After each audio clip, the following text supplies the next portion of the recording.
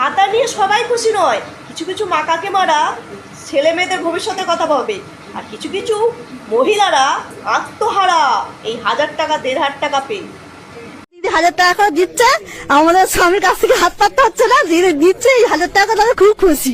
আমাদের খুব খরচা চলে যাচ্ছে, একদম খুব খুশি। হচ্ছে আমরা কিসের জ্বালায় জ্বলছি?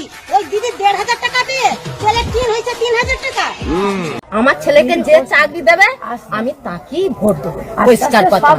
আমার ছেলেকে চাকরি, আমার ছেলে দাঁড়ে দাঁড়ে ঘুরে বেড়াচ্ছে, আজকে মাস্টার ডিগ্রি করেছে, এক মুঠো ভাতের তারে ছেলের বিয়ে দিতে পারিনি আমি। আমার ছেলে চাকরির তারে ভিখারির তারে ঘুরে বেড়েছে, ভিখারির মতন। একটু চাকরি আমার ছেলে দেয়নি, আজকে দোকানে দোকানে ঘুরে বেড়াচ্ছে, কাজ করে 3 লাখ টাকা দিয়ে ট্রেনিং করিয়েছি।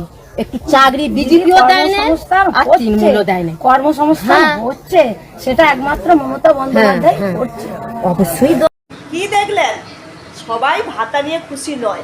ছেলে মেয়েদেরকে পড়িয়েছে, পড়াশোনা করিয়েছে, 3 লাখ টাকা খরচা হয়েছে, আর তার চাকরির জন্য মাথা কুচ্ছে। আর একজন মহিলা কি বলল? আমি খুব খুশি, এই যে দিদি আমাদের যা দিচ্ছে, আমাদের স্বামীরাও তা ভাবে না। বুঝতে পারছেন?